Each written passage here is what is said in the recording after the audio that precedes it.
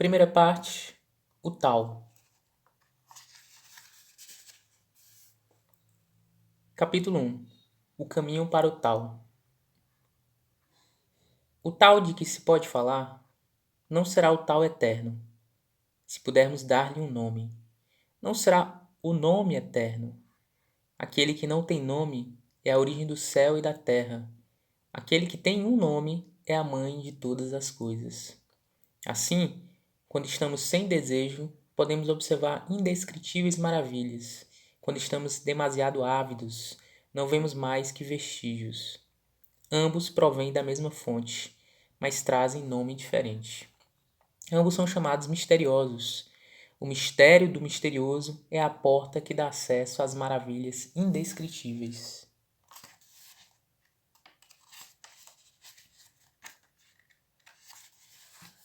Capítulo 2.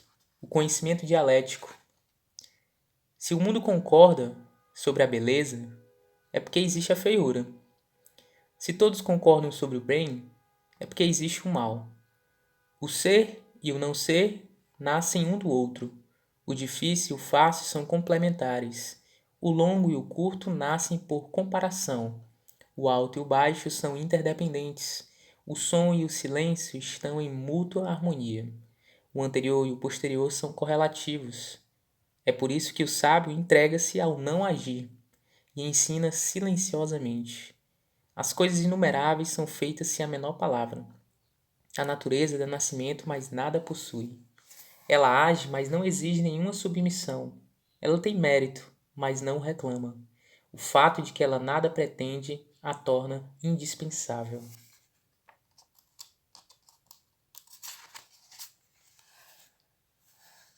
Capítulo 3. O governo do sábio. Não exaltar os homens de valor impede as pessoas de rivalizar. Não ambicionar coisas raras impede as pessoas de roubar. Não exibir o que possa ser desejável evita profanar o coração das pessoas. É por isso que o sábio dirige sua vida esvaziando seu coração, reforçando seu estômago, suavizando suas ambições, reforçando seus ossos. Fazei sempre de modo que as pessoas não tenham conhecimento e nem desejo. Fazei de modo que os intelectuais não ousem interferir. Que haja não ação e nada ficará fora da ordem.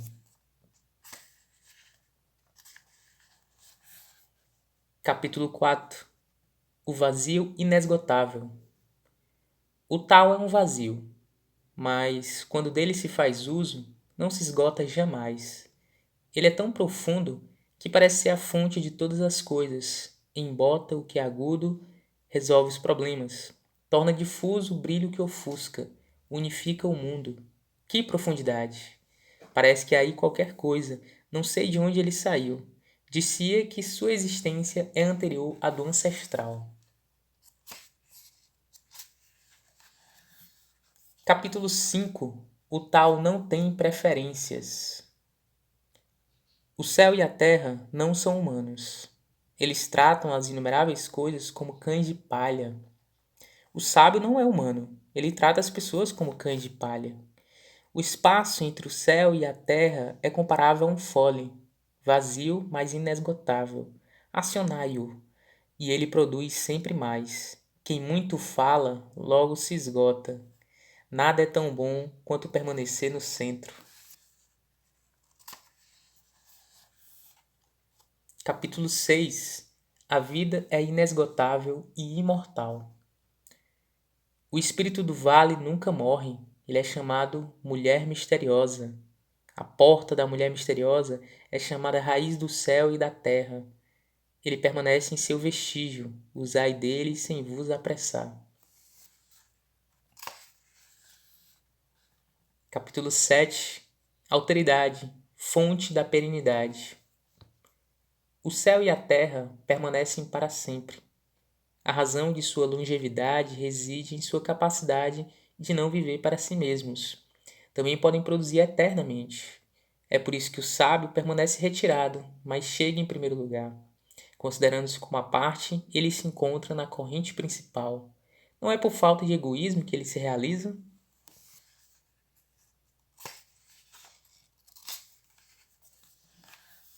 Capítulo 8. A melhor atitude. A melhor atitude é semelhante ao comportamento da água. A água serve a todas as coisas, sem rivalizar com elas. Ela procura os lugares que o homem abomina. Assim fazendo, ela se aproxima do tal. Para a vossa moradia, escolhei bem o vosso terreno, cultivando o coração e espírito. Sondai as profundezas. Em vossas relações com as pessoas, tratai-as bem. Quando falardes, esforçai-vos por cumprir a palavra. Quando governardes, corrige vossa atitude. Quando servirdes, servi bem. Quando agirdes, escolhei o bom momento. Sem repreensão é aquele que não procura comparar-se com os outros.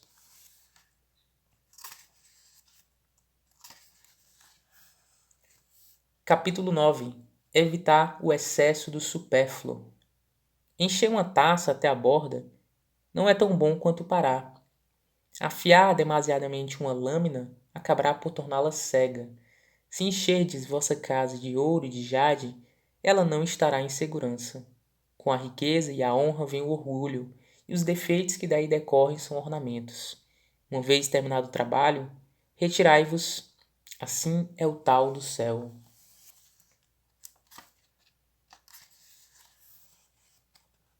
Capítulo 10. Desafios da virtude e da profundidade. Podes unificar o espírito do sangue e o espírito do sopro, sem que eles de novo se separem? Concentrando a respiração para obter elasticidade, és capaz de ser como um bebê?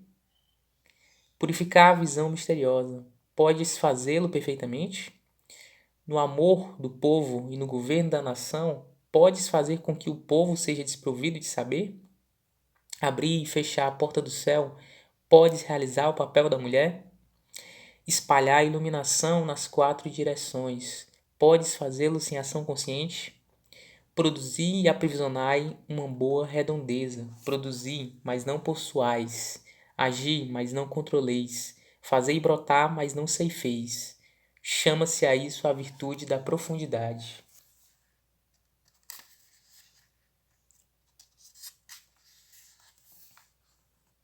Capítulo 11. A utilidade do vazio.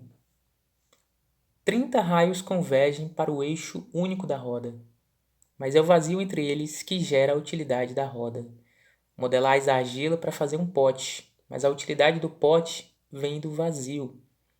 Abris portas e janelas para fazer um quarto, mas é o vazio que faz a utilidade do aposento.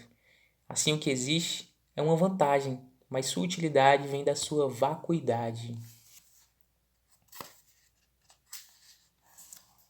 Capítulo 12. Excesso e moderação. O excesso de cores cega o homem, o excesso de tons o torna surdo, o excesso de sabores estraga seu paladar. Cavalgar e caçar ao mesmo tempo enlouquecem sua mente. A cobiça de bens preciosos leva o homem a agir mal. Por isso, o sábio é guiado pelo coração e não pelos olhos. Assim, ele adota um e rejeita o outro.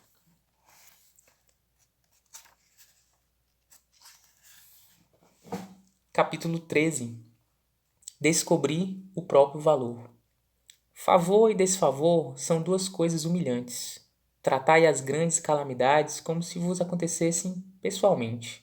O que significa favor e desfavor são 2 coisas humilhantes. Quando o favor toca a um ser de baixa condição, ele tem o efeito de um choque. E quando o favor é retirado, também tem o efeito de um choque. É por isso que se diz que favor e desfavor são 2 coisas humilhantes. O que quer dizer tratai as calamidades como se vos acontecessem pessoalmente? Experimento as grandes calamidades porque tenho uma individualidade. Se eu não tivesse uma individualidade, que calamidades haveria? Assim, somente aquele que ama a si mesmo, do modo como ama o mundo, é digno da confiança do mundo. Somente aquele que ama o mundo, do modo como ama a si mesmo, é digno de ser o administrador do mundo.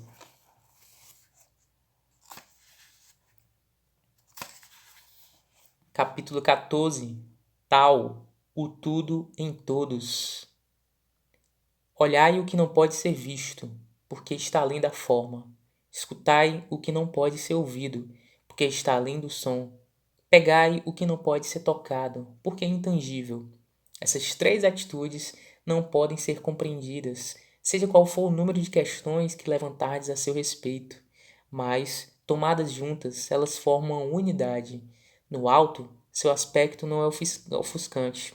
Embaixo, seu aspecto não é escuro. O não nomeável se move numa processão sem termo, até que retorne ao seu nada. É uma forma sem forma, a imagem do sem imagem. É possível chamá-lo caos obscuro. Encarai-o, não vereis sua face. Segui-o, não vereis suas costas. Apegai-vos ao antigo tal, para ordenar as realidades presentes. Somente aquele que é capaz de aprender os antigos inícios pode-se dizer que participa do tal.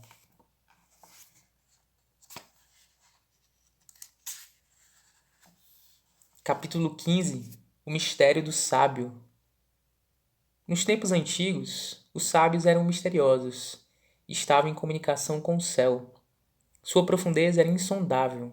É precisamente por causa de sua impenetrabilidade que pareciam pouco apressados, até mesmo hesitantes, como aqueles que atravessam uma corrente em pleno inverno, circunspectos, como se o perigo pudesse surgir das 4 direções, reservados como convidados, cedendo como gelo prestes a fundir-se, puros por natureza como jade bruto, vastos como um vale, confusos como a lama. Quem pode acalmar a água turbulenta para torná-la perfeitamente clara? Quem pode fazer com que o inerte torne-se gradualmente vivo, ativando-o? Aqueles que preservam o tal não querem estar cheios. É porque eles não estão cheios que podem ter a plenitude e não desejar mais.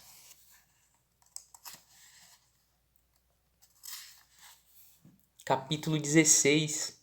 Volta à natureza originária. Atingir a vacuidade suprema. Conservai tranquilidade serena. Todas as coisas se agitam. Observo seu movimento cíclico. As coisas desabrocham e depois voltam à sua raiz. Voltar à raiz chama-se tranquilidade. É o que precisamos entender como voltar à própria natureza originária. Voltar à própria natureza originária chama-se constância. Compreender a constância chama-se iluminação. Não compreender a constância é aventurar-se cegamente. Compreendendo a constância, adquire-se aptidão à longanimidade. Quando alguém é longânime, pode tornar-se justo. Quando alguém é justo, pode administrar os assuntos do Estado com toda a moralidade. Quando alguém pode administrar com toda a moralidade os assuntos do Estado, torna-se capaz de comunicar-se com o céu. Comunicar-se com o céu é estar de acordo com o tal. Quando a pessoa está de acordo com o tal, ela se torna perene, pois mesmo que o corpo morra, a pessoa jamais deixará de existir. Capítulo 17. Governar pelo não agir. A presença de um grande chefe de Estado é sentida pelo povo como ausência. Os maiores chefes são amados e honrados. Os chefes medíocres são ignorados. Os chefes ambiciosos são desprezados. Quando o governante confia em seu povo, o povo também nele confia. Os governantes antigos eram ponderados e davam pouca importância às palavras. Que tesouro nessas palavras! Quando uma coisa é realizada e a tarefa está terminada, todas as pessoas comuns dizem que agiram espontaneamente. Capítulo 18. A perda do tal. Com a perda do grande tal, são decretadas a gentileza e a moralidade. Com a erudição e a sutileza, aparecem as grandes mentiras. Se as 6 relações familiares se desfazem, são decretados o afeto filial e o amor familiar. Se a nação se afunda nas trevas e na confusão, é decretado o reino do ministério patriótico. Capítulo 19. Recomeçar novamente. Separai-vos da sagacidade, abandonai vossa erudição, e as pessoas aproveitarão 100 vezes mais. Separai-vos do humanitarismo, abandonai o dever, e o povo voltará à piedade filial e ao afeto familiar. Separai-vos da habilidade artesanal, abandonai o lucro, e os ladrões desaparecerão. Creio que essas 3 declarações mostram a inadequação das palavras. É preciso fazer de modo que o povo respeite estes princípios. Retornai à simplicidade para realizar a própria natureza. Diminui o egoísmo e refreai os desejos. Capítulo 20. A crise do sábio.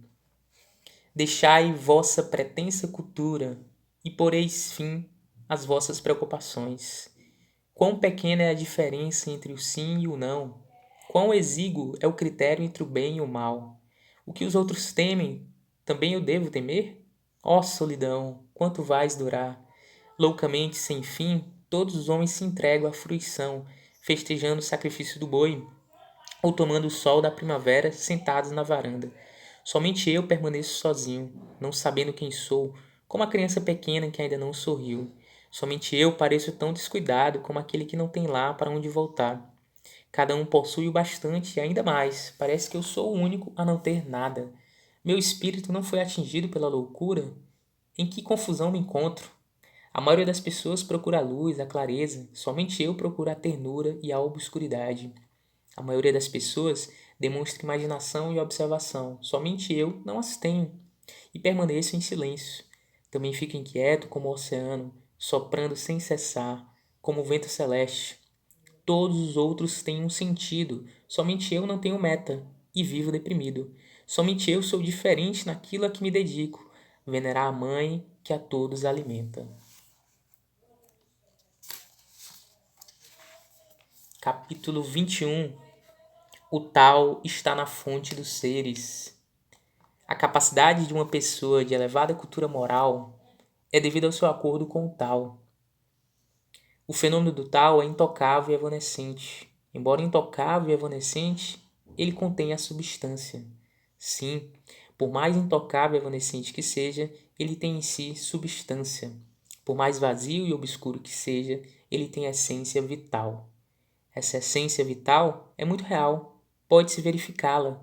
Do passado até hoje, seu nome se perpetuou, porque ele se manifesta na origem das coisas.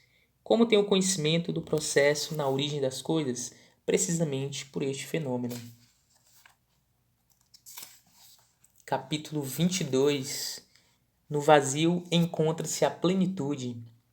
Cedei e tornai-vos tudo. Curvai-vos e sede direitos. Esvaziai-vos e sede plenos. Esgotai-vos e sede regenerados. As pequenas quantidades são adequadas, as grandes quantidades são embaraçosas. Assim, o sábio abraça a unidade do tal e torna-se um modelo para o mundo. Ele não faz de si mesmo o objeto de sua atenção, e assim ele brilha. Ele não procura se justificar, e assim torna-se sua própria prova. Ele nada pretende, e assim nele se tem confiança. Ele não rivaliza com ninguém, e assim ninguém no mundo pode rivalizar com ele. Como aquilo que os antigos exprimiam por cedei e tornai-vos tudo, poderia ser sem fundamento.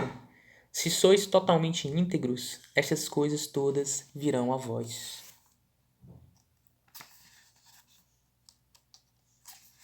Capítulo 23. O equilíbrio no movimento.